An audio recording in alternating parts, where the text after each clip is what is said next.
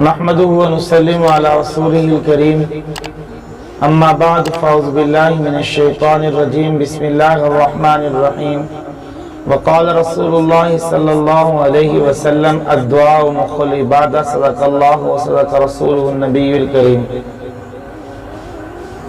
मोहतरम सामीईन, हदीस पाक में आता है नबी करीम सल्लल्लाहु अलैहि वसल्लम ने इरशाद फरमाया कि दुआ इबादत का मग़ज़ है। आज हम अपनी इबादत तो करते हैं, लेकिन इबादत के बाद हम जो है वो दुआ नहीं मांगते।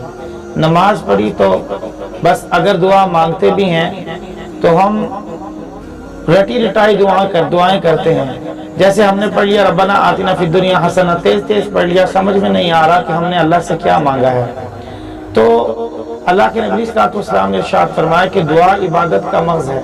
हम दुआ मांगे और वो मांगे जिसकी हमें समझ में आती हो, ताकि हमें पता हो हम अल्लाह रब्बुल इज़्ज़त से क्या मांग रहे हैं। जब हम अल्लाह रब्बुल इज़्ज़त से जो हमें समझ में आता होगा, जिसका तर्जमा हमें आता होगा, हम वो मांगेंगे तो फिर यकीनन हमारी दुआएं कबूल होंगी।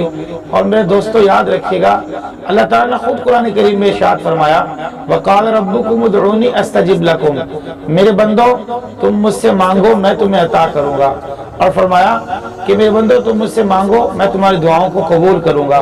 तो आज हम दुआ मांगते नहीं हैं और हमारा अलमिया ये है, हम कहते हैं हमारी दुआ कबूल नहीं होती। दुआ क्यों नहीं कबूल होती? इसलिए कि हम जो पढ़ रहे हैं हमें खुद भी उसका तर्जमा नहीं आ रहा होता।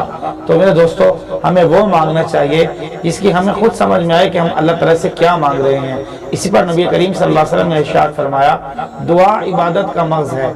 जब तुम इबादत सारी कर लो तो मग़ज़ ही को छोड़ दो, यानी दुआ को छोड़ दो। ऐसा नहीं करना चाहिए। हमें अल्लाह रब्बुल इज़्ज़त से अपनी सारी जो जिस चीज़ की हमें ज़रूरत है हमें वो मांगनी चाहिए।